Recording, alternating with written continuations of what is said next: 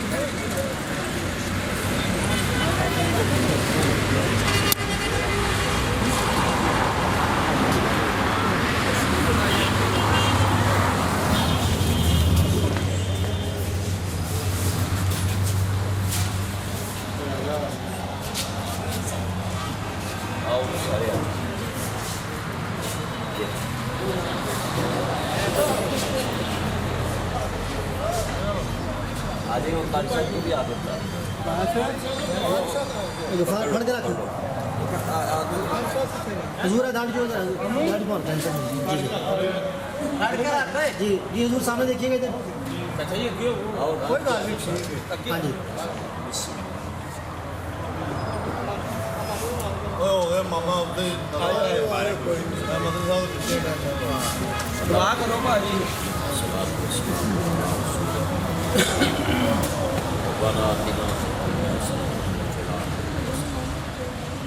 اللهم ارزقنا فإنك خير الرازقين اللهم افتح لنا فإنك خير الفاتحين اللهم اهدنا ونجنا من التاج الصدوق الامین تحت ظل العرش.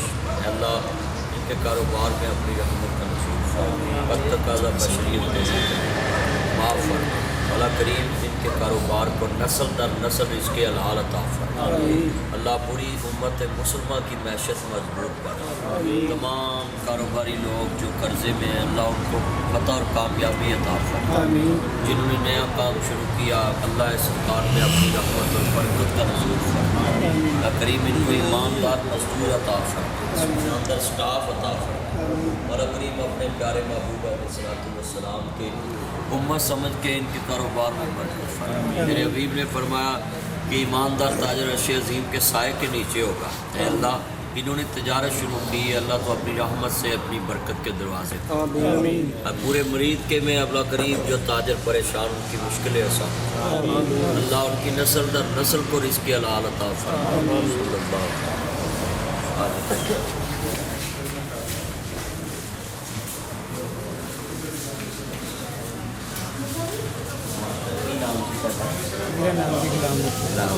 شروع کی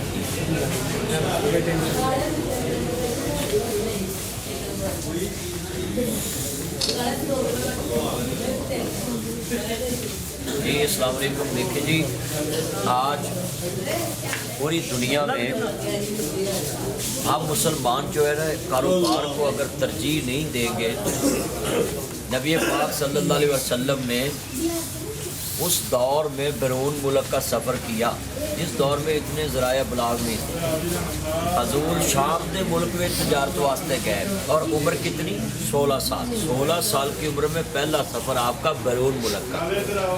آج بھی ہمارے بچے باہر کے ملک جاتے ہیں، مگر مسلمانوں کو میری نصیحت ہے کہ جب آپ کی معاشی طاقت مضبوط ہوگی تو انشاءاللہ پوری دنیا آپ کی آواز سنے گی. آپ نے سنا وہ چھوٹے ہوتے ہم اسکول پڑھتے تھے، وہ کہتے ہیں غریب کا کوئی ایمان نہیں ہوتا. ہم کہانی پڑھتے ہوتے تھے. شریعت نے بھی کہا ہے کہ غربت انسان کو کفر کے قریب لے جاتی ہے کیونکہ انسان مجبور ہو جاتا ہے. اسی طرح غیر مسلم آپ نے دیکھا ہے این جی اوز بنا کر مسلمانوں کا ایمان بھی خرید لیتے ہیں. آپ کو میری نصیحت ہے جتنے اس افتتاح میں موجود ہیں کہ آپ کوشش کریں اپنے بچوں کو ملازم نہ بنائیں، اپنے بچوں کو کاروبار کرائیں. یعنی 10 لاکھ کا کرا دے، 5 لاکھ کا کرا دے، 3 لاکھ کا کرا دے، 2 لاکھ کا کرا دے، مگر اپنے بچے کی برین واش اس طریقے سے کریں، موٹیویٹ کریں کہ آپ نے کام کرنا ہے. अगर आप काम करेंगे, आज आपको 10,000 महीने में बचा है, अगले महीने 20 बचेगा, अगले महीने 30 बचेगा। आप अगर जॉब पेशा हो जाएंगे तो वो 30 का 30 ही रहना महीने की तनख्वाह आपकी, और आपकी तनख्वाह में आपकी सोच भी वहाँ तक रहनी। मगर जब आप अपना काम करेंगे तो आपकी सोच ये होगी कि अगले साल हो सकता अल्लाह नफ़ा ज़्यादा दे दे और चीज़ की कीमत बढ़ जाए, वैल्यू बढ़ जाए, और आपके पास स्टॉक पे आओ तो उसकी कीमत बढ़ गई है तो आपको नफ़ा है। तो आप कोशिश करें दुकानों पे कहीं भी आप जाएं, आप अपने दोस्तों को, अजीज़ों को कहें कि अपनी मुआशी ताकत मजबूत करें। जो मौलवी आप पाकिस्तान में देखते हैं कि मुआशी लिहाज से मजबूत है, वो ठोक बजा के बात करते हैं, हुक्मरानों को भी, अवाम को भी, आगे बैठे हों उनको भी। उसकी वजह क्या है? वो मौलवी को बेचारे को मोहताजी नहीं होती किसी की भी, मुझे उससे 10 मिलेंगे 20 मिलेंगे। इसी तरह आप गौर कर लें कि मैंने मौलवियों पे मिसाल दे दी, जेड़े मौलवी दे माड़े हालात होंगे ਉਹਨੇ ਹੁਣ ਸੂਤ ਤੇ ਘੱਟਾ ਜੁਆ ਪੜਾਉਣਾ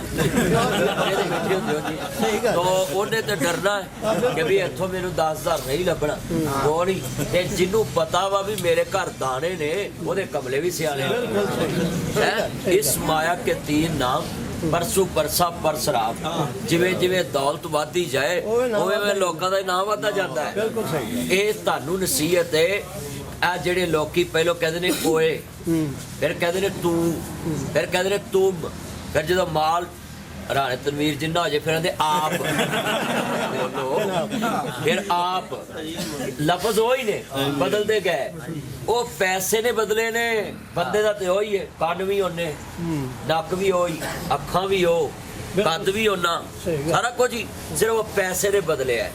मैं मजदूरों के लिए ये बात करूंगा। ये स्टाफ है, हजरत मुबारक रहमतुल्लाह अलैह सिंध विचों मुहाजिर होकर खुरासान गए, उत्थे एक बाग दी राखी की 7 साल 12 7 84 महीने। एक दिन बाग दा मालक आंदा है कि आ मेरे दोस्तां नूं तू मुबारक मिठे मिठे फल खवा। उन्हें टोकरा भर के लिया ते फल खट्टे आ मेरा चन्न आए, फल खट्टे निकले। बाग दे मालक ने आख्या फिर होर लिया, फिर खट्टे निकले। फिर कहते लियाओ, फिर खट्टे। ओनू गुस्सा आ गया, उन्हें मुलाजम नूं झिड़किया भी तेनू पता ही नहीं, अज तक 7 साल हो गए तू मेरी दुकान मेरे बाग ते राखी करना, तेनू फिटिया नहीं पा। वो अखां च आंसू देख के चुप हो गया ते कहंदे तू बोलिया नहीं। कहंदे जी तुसीं मेरे मालक हो, मेरा रिज़्क तुहाडे नाल लगा है ते मालक ना अखां नहीं कड्ढी दियां, तुसीं झिड़क लिया, तुहाडे यारां दे सामने तुहाडी बेइज्जती होई है ते मैं ते तुहाडे कोल रहिंदा, मेरी कादी तुहाडे नाल कोई हैगी है कि शरीका कि तुसीं मेरी बेइज्जती कर लई। उन्हें कहा नहीं मुबारक दस, इन्ने साल च तैनूं पता ही लगा फल किस तरह लियाने। कहंदे ने सुन मेरे बाग दा मालका, मैं आज तक तेरा फल चखिया ही नहीं, मिठा केड़ा ते खट्टा। 7 साल दी ईमानदारी, फल लगदे भी वेखे, फल पकदे भी वेखे, फल डिगदे भी वेखे, फल विकदे भी वेखे। बाग दे मालक दे दिल ते असर होया कि घर बीवी नूं कहंदा मैं अपनी बेटी दा रिश्ता बाग दे नौकर ना करना। उन्हें कहा अजकल की कोई करोना मॉडल होंदी, वीज़ा मॉडल, तो उन्हें कहना ही मेरी धी नौकरां नहीं रह गई, क्यों ताया? उन्हें कहना सी भी मेरी धी नौकरां नहीं रह गई, उन्हें नहीं मनना। मगर वो नेक सी, उन्हें कहा जिथे तू राजी उत्थे मैं राजी। रिश्ता हो गया। दुनिया की नौखी जंज बैठी, जंज भी ऐसी जिहदी लाड़ा ही कोई नहीं। हुण लाड़े तो बिना ना रोटी लभदी ना बोटी लभदी, बोटी तो लभनी नहीं ना, भी लाड़े ना ही लभना ना। वो जनाब की जंज बैठी है तो मियाँ ने आख्या कि हुण कित्थे लाड़ा जिहदा निकाह पढ़ाउणा, तो उन्हें कहा जी लाड़ा कोई नहीं, और मेरे बाग के नौकर नूं लियाओ, मैं अपनी बेटी का निकाह ना कर। हजरत मुबारक रहमतुल्लाह अलैह उत्थे पहुँच गए ते कहन लगे मालका कित्थे बादशाह रईस ते कित्थे मैं। अल्लाह ने कहा जो फल लगते वेखे डिगदे उदों चखे कि डर तो नहीं सी। असीं तो ट्राली चो गन्ना खिंच के चूप लेने, मूंगफली का रेट पुछ के खान लग पे, चवर चवर जनाब जी, अंगूर तोड़ के खान लग पे, जिदी मर्जी मूली पुट के खा ली जो मर्जी। तो हजरत मुबारक कहते जी अल्लाह मैनू तेरा डर सी। अल्लाह पाक फरमांदे ने तेनू मेरियां फिक्रां, मैनू तेरियां फिक्रां। हुण 12 7 84 महीने ਹੁਣ ਦੱਸੋ ਬਾਗ ਦੇ ਮਾਲਕ ਦੀ ਬੇਟੀ ਦਾ ਰਿਸ਼ਤਾ ਮਿਲ ਗਿਆ, ਹਿੱਸੇਦਾਰ ਬਣ ਗਿਆ ਬਾਗ 'ਚ। ਦੱਸੋ ਵੀ ਹਰ ਮਹੀਨੇ ਅਗਰ 1000 ਦੀ ਫੱਟੀ ਲਾਉਂਦਾ ਤੇ ਕਿੰਨੀ ਬਣਨੀ? 84,000 ਰੁਪਇਆ 7 ਸਾਲਾਂ ਦਾ। ਉਸ ਦੌਰ ਦਾ, ਇਸ ਦੌਰ ਦਾ 84 ਕਰੋੜ ਲਾ ਲਓ, ਅਰਬ ਲਾ ਲਓ ਪੂਰਾ। ਹੁਣ ਦੱਸੋ ਬਈ 7 ਸਾਲਾਂ ਦੀ ਈਮਾਨਦਾਰੀ ਨੇ ਉਹਨੂੰ ਬਾਗ ਦਾ ਮਾਲਕ ਬਣਾਤਾ, ਸੁਭਾਨ ਅੱਲਾਹ। ਉਹਦੀ ਜਵਾਈ ਬਣਾਤਾ, ਰਿਸ਼ਤਾ ਮਿਲ ਗਿਆ, ਬਿਨਾ ਖਰਚੇ ਤੋਂ ਵਿਆਹ ਹੋ ਗਿਆ। ਸਾਡੇ ਮੁੰਡੇ ਚੂਹੇ ਮਾਰ ਗੋਲੀਆਂ ਐਵੇਂ ਖਾਂਦੇ ਫਿਰਦੇ ਨੇ, ਮੈਂ ਮਰ ਜਾਊਂਗਾ, ਨਹਿਰ ਮੈਂ ਡੂਬ ਜਾਊਂਗਾ। ਤੇ ਜਦੋਂ ਈਮਾਨ ਪੱਲੇ ਹੋਵੇ ਨਾ ਫਿਰ ਰਿਸ਼ਤੇ ਘਰ ਆਉਂਦੇ ਨੇ। ਜਦੋਂ ਈਮਾਨ ਪੱਲੇ ਹੋਵੇ ਫਿਰ ਅੱਲਾ ਇੱਜ਼ਤਾਂ ਰੱਖਦਾ ਹੈ। ਤੁਹਾਨੂੰ ਮੇਰੀ ਦਾਵਤ ਹੈ ਸਾਰਿਆਂ ਨੂੰ ਕਿ ਇਮਾਨਦਾਰੀ ਅਪਣਾਓ। ਸੋਨੇ ਵਰਗੀ ਚੀਜ਼ ਪਈ ਹੋਵੇ ਨਾ ਤਾਂ ਉਹਦਾ ਐਲਾਨ ਕਰੋ। ਇੱਥੇ ਹੁਣ ਜੁਮਾ ਪੜ੍ਹ ਕੇ ਨਿਕਲੋ, 1000 ਦਾ ਨੋਟ ਪਿਆ ਉੱਤੇ ਪੈਰ ਰੱਖ ਲੈ, ਤੈਨੂੰ ਕੀ ਹੋਇਆ? ਮੇਰਾ ਪੈਰ ਸੌ ਗਿਆ, ਇਮਾਨ ਸੌ ਗਿਆ। 1000 ਤੇ ਮੰਨ ਲਓ ਕਿ ਗਵਾ ਜਾਂਦੇ। ਇੱਥੇ 1000 ਰੁਪਈਆ ਧਾਰਾ ਲਿਆ ਹੋਵੇ ਨਾ ਕਿਸੇ ਕੋਲੋਂ, ਜੇਲੀ ਆ ਜਾਵੇ ਤੇ ਅਸੀਂ ਉਹਨੂੰ ਪਾਲਣਾ ਨਹੀਂ, ਅਸੀਂ ਇਹਨਾਂ ਨੂੰ ਕਿਸੇ ਨੂੰ ਧੱਕ ਦਾਂਗੇ। ਯਾਨੀ ਇਹ ਚਲਾਵਾਂਗੇ ਅੱਗੇ। ਤੁਹਾਨੂੰ ਵੀ ਮੇਰੀ ਨਸੀਹਤ ਹੈ, ਜੁੱਤੀ ਕਿਸੇ ਦੀ 2 ਮਹੀਨੇ ਟੁੱਟ ਵੀ ਜਾਏ ਨਾ, ਉਹਨੂੰ ਕਹਿਣਾ ਲੈ ਆ, ਤੇ ਤੁਸੀਂ ਸਹੀ ਕਰਾ ਦੇਣੀ ਹੈ। ਤੁਹਾਡੀਆਂ ਤੇ ਮਸ਼ੀਨਾਂ ਚੱਲਣ ਹੀ ਦਈਆਂ ਤੇ ਗਾਹਕ ਤੁਹਾਡਾ ਸਾਰੀ ਉਮਰ ਲਈ ਪੱਕਾ ਹੈ। ਤੁਹਾਨੂੰ ਸਾਰਿਆਂ ਨੂੰ ਮੈਂ ਨਸੀਹਤ ਕਰਾਂਗਾ ਕਿ ਕਦੀ ਸਟicker ਲਿਖ ਕੇ ਦੁਕਾਨ ਤੇ ਨਹੀਂ ਲਾਣਾ कि खरीदा हुआ माल वापस नहीं होगा, ये तो लगाना ही नहीं। उसकी वजह ये हदीस रसूल के खिलाफ है। नबी पाक सल्लम ते पीछे जाके कहते ही ਤੁਹਾਡਾ ਧੋਖਾ ਹੋ ਗਿਆ ਹੈ ਤੇ ਚੀਜ਼ ਵਾਪਸ ਕਰਨੀ ਤੇ ਲੈ ਲਓ। ਮੇਰੇ ਬੰਦੇ ਨੇ ਤੁਹਾਨੂੰ ਪੂਰੀ ਗੱਲ ਨਹੀਂ ਦੱਸੀ ਤੇ ਉਹ ਸਾਰੀ ਬਸਤੀ ਕਲਮਾ ਪੜ੍ਹ ਕੇ ਮੁਸਲਮਾਨ ਹੋ ਗਈ। ਇਸ ਲਈ ਤੁਹਾਨੂੰ ਸਾਰਿਆਂ ਨੂੰ ਮੇਰੀ ਦਾਵਤ ਹੈ ਕਿ ਜਿੰਨੇ ਵੀ ਤੁਸੀਂ ਬੈਠੇ ਹੋ ਨਾ, ਖੜੇ ਹੋ, ਆਪਣਾ ਈਮਾਨ ਪੱਕਾ ਕਰੋ। ਨਬੀ ਪਾਕ ਸਾਦਕ ਵੀ ਸਨ, ਅਮੀਨ ਵੀ ਸਨ। ਔਰ ਮੇਰਾ ਤੁਹਾਨੂੰ ਇੱਕ ਹੋਰ ਪੈਗਾਮ ਹੈ, ਐਵੇਂ ਸਿਆਸਤਦਾਨਾਂ ਨੂੰ ਸਾਦਕ ਅਮੀਨ ਨਾ ਕਿਹਾ ਕਰੋ। ਸਾਦਕ ਅਮੀਨ ਉਹ ਹੈ जिन्हें सारी जिंदगी झूठ ना बोलिया होवे, जिन्हें सारी जिंदगी किसी नाल हेरा फेरी ना की होए। इस अर्श दे नीचे फर्श दे ऊपर इक्को ही हस्ती है, उन्होंने हजरत मोहम्मद मुस्तफा सल्लल्लाहु अलैहि वसल्लम के जिन्हां नूं अल्लाह ने सादक अमीन बनाया है। इसलिए सारे मेरे चंद मेरी मन, आपने ये काम करना है, ईमानदारी का इंशाल्लाह फ़रोग देना है। अल्लाह पर दुआ है, अल्लाह अमल की तौफीक, अल्हम्दुलिल्लाह रब्बिल आलमीन। वल्लाक़िबतुल मुत्तक़ीन वस्सलातु वस्सलामु अला रसूलिन नबील करीम। अल्लाह इस कारोबार में बरकत का नज़ूल फरमा। मौला करीम बत्तकाज़ा बशरियत गलती माफ़ फरमा, सगीरा कबीरा गुनाह माफ़ फरमा। मौला करीम पूरी दुनिया के मुसलमानों की मुआशी मैशत मसरूफ़ फरमा। पाकिस्तान के मुश्किल हालात पे अपना करम फरमा। अल्लाह पूरी दुनिया के मुल्क के जो मुसलमान हैं अल्लाह उनकी मदद फरमा। अल्लाह पूरी दुनिया के मुसलमानों की इमदाद फरमा और इस भाई के कारोबार में बरकत का नज़ूल फरमा। अल्लाहुम्मा रज़ुक़ना फ़इन्ना का खैरुर राज़िक़ीन। अल्लाह इन्ना दे जिन्ना खूहां च पानी है। मौला करीम नस्ल दर नस्ल रिज़्क़ हलाल